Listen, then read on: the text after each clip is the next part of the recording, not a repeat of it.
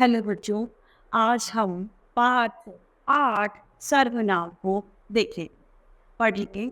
सर्वनाम क्या है? संज्ञा के शब्दों के स्थान पर प्रयोग होने वाले शब्द ही सर्वनाम है। ठीक है, आइए इसे विस्तार में पढ़ते हैं। यह है हमारा पाठ 8 सर्वनाम। नीचे दी गई बातों को पढ़िए। इसमें एक है मदन, वो कहता है अंकित देखो गौरव गेंद से खेल रहे हैं। चलो मदन और अंकित भी गेंद से खेलें। मदन और अंकित। अंकित कहता है हाँ हाँ चलो मदन और अंकित भी गेंद से खेलते हैं। मदन कहता है गौरव क्या मदन और अंकित भी गौरव के साथ गेंद से खेले? फिर गौरव कहता है क्यों नहीं, मदन और अंकित भी गौरव के साथ खेले। ऊपर दी गई बातचीत पढ़ने में बड़ी अटपटी लग रही होगी। कारण यही है कि इस बातचीत में मदन, अंकित व गौरव का नाम का जो प्रयोग है वह बार बार हुआ है। इस बातचीत को यदि इस तरह लिखा जाए तो ठीक लगेगा। मदन अंकित देखो गौरव, अंकित देखो गौरव गेंद से खेल रहा है, चलो हम भी गेंद से खेलें। इसमें जो यह है वह अंकित और गौरव के ये प्रयोग में आया है, तो हम क्या है, एक तरीके से सर्वनाम।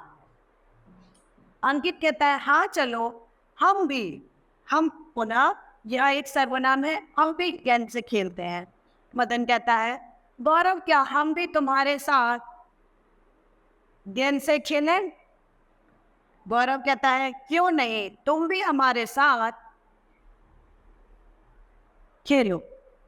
इस बातचीत में हम, तुम्हारे, तुम, मेरे, अंकित, मदन और गौरव के स्थान पर प्रयोग किए गए हैं। ये शब्द सर्वनाम है और ये क्या है, मदन, अंकित व गौरव संज्ञा। तो इन संज्ञा वाले स्थानों पर ये प्रयोग होने वाले जो शब्द है वही सर्वनाम है। भाषा सरल और सुंदर लगे इसलिए जब हम बात करते या लिखते हैं तब बार बार संज्ञा का प्रयोग नहीं करते, बल्कि संज्ञा की जगह सर्वनाम शब्दों का प्रयोग करते हैं ताकि क्या बने, हमारी भाषा सुंदर व सरल। अब सर्वनाम की परिभाषा बता रहा है। संज्ञा शब्दों के स्थान पर प्रयोग किए जाने वाले शब्द को सर्वनाम कहते हैं।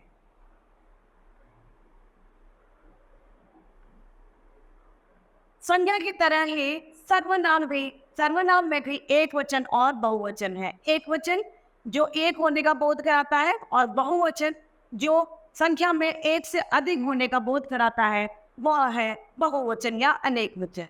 आइए इसमें देखते हैं। एक वचन में है मैं, यह और इसे, लेकिन बहुवचन में है हम, ये और इन्हें। जैसे मैं आपको पढ़ा रही हूँ, अगर मेरे साथ कोई और अध्यापिका होगी तो मैं कहूँगी हाँ आपको पढ़ा रहे हैं। लेकिन मैं अगर एक वचन का प्रयोग करूँगी, मैं अकेली पढ़ा रही हूँ, तो मैं आपको पढ़ा रही हूँ। अब एक वचन में तू, वह और उसे, पर बहुवचन हो जाएगा तू का तुम, वह का वे और उसे का उन्हें। कुछ सर्वनाम शब्द मैं, हम, आप और तुम, मेरा, हमारा, आपके और तुम्हारा, उन्हें, अपना, उनका, तुम्हें, ये, वे, उन्हें, वह, कौन, किन्हें, किनका और इनका। अब इस पाठ के कुछ महत्वपूर्ण बिंदु हैं, वो इस प्रकार है। तो पहला है, जिन शब्दों का प्रयोग हम संज्ञा के शब्दों के स्थान पर करते हैं वे शब्द सर्वनाम कहलाते हैं। दूसरा, सर्वनाम का प्रयोग करने से भाषा सरल व सुंदर बनती है। तीसरा, संज्ञा की तरह ही सर्वनाम शब्दों को के भी वचन बदलते हैं, एक वचन या बहुवचन। चौथा, मैं, आप, तुम, कौन, किसका, कोई या आदि शब्द सर्वनाम के शब्द है। तो बच्चों, हमारा पाठ सर्वनाम समाप्त होता है। आपको समझ आया होगा। अब हम इसके अभ्यास कार्य को देखते हैं। आइए, अभ्यास कार्य में पहला प्रश्न है, सही के सामने सही का निशान लगाएं। क है, जो शब्द संज्ञा के स्थान पर आते हैं उन्हें कहते हैं सर्वनाम, संज्ञा या सर्वप्रिय। उन्हें क्या कहते हैं हम? सर्वनाम।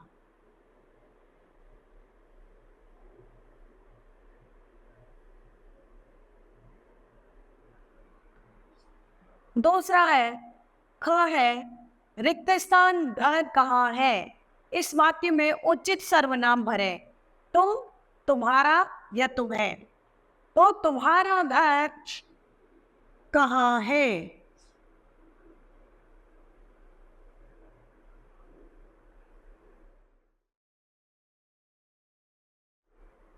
ग, निम्न में से कौन सा शब्द एक सर्वनाम नहीं है? मैं, तुम या रवि।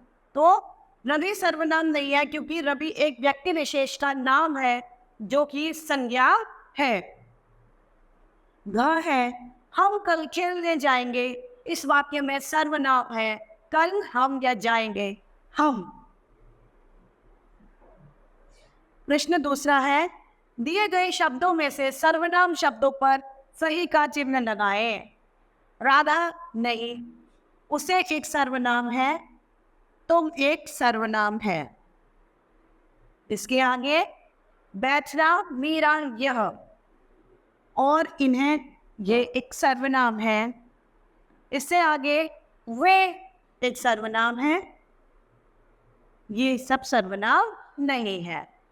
अब है प्रश्न 3, दिए गए शब्दों के वाक्य में से सर्वनाम शब्द छांटकर आप लिखिए। तो पहला है आप। पहला क्या है? आप।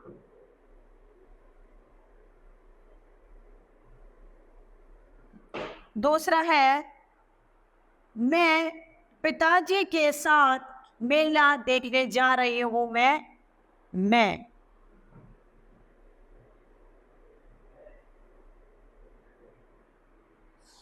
यह गुलाब का फूल है, वह।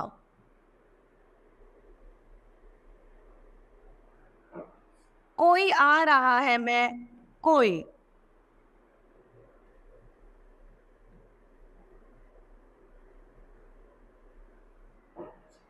अब रचनात्मक कार्य है, अपने मनपसंद महापुरुषों के चित्रों का एक समूह बनाकर उनकी जीवन शैली पर कुछ वाक्य लिखें और आए गए सर्वनाम शब्दों को रेखांकित करें। आप जो आपको महापुरुष अच्छे लगते हो उनकी चित्र काटकर अपनी कॉपी में लगाएं और उनके बारे में कुछ पंक्तियां लिखें, कुछ लाइन लिखें, और उनमें जो भी सर्वनाम शब्दों का प्रयोग हो उनको आप इस तरीके से अंडरलाइन करते जाएं। ठीक है? तो बच्चों, हमारा पाठ सर्वनाम समाप्त होता है। मैं आशा करती हूँ कि आपको पाठ और इसका अभ्यास कार्य समझ में आया होगा। आज के लिए इतना ही। धन्यवाद।